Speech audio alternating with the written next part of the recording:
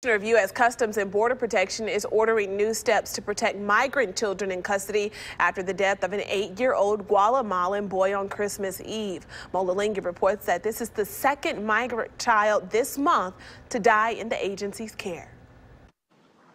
Customs and Border Protection says it is conducting secondary medical checks on all children under 10 years old in its custody after an 8-year-old boy from Guatemala died on Christmas Eve. It was actually a Border Patrol agent who noticed that the child did not appear to be well. Agents noticed 8-year-old Felipe Gomez Alonso was coughing and appeared to have glossy eyes.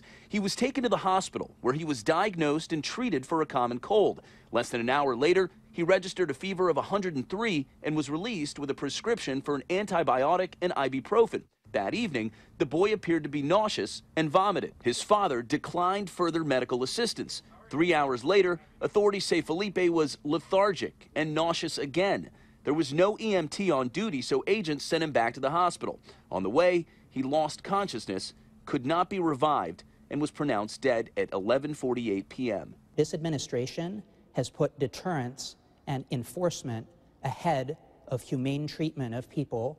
On CBS this morning, the Commissioner of U.S. Customs and Border Protection said his agency's facilities are not designed for the huge flow of migrant children. We need help from Congress. We need to budget for medical care and mental health care for children in our facilities. This is the second death of a migrant child in U.S. custody this month. It comes amid a standoff between President Trump and Congress over funding for a border wall. On Monday, the body of 7-year-old Jacqueline Cal was buried in her hometown in Guatemala. She died a day after being taken into custody. Her father had alerted agents that she was sick. Mola, CBS News, the White House. And the Guatemalan Foreign Ministry has called for an investigation into those deaths.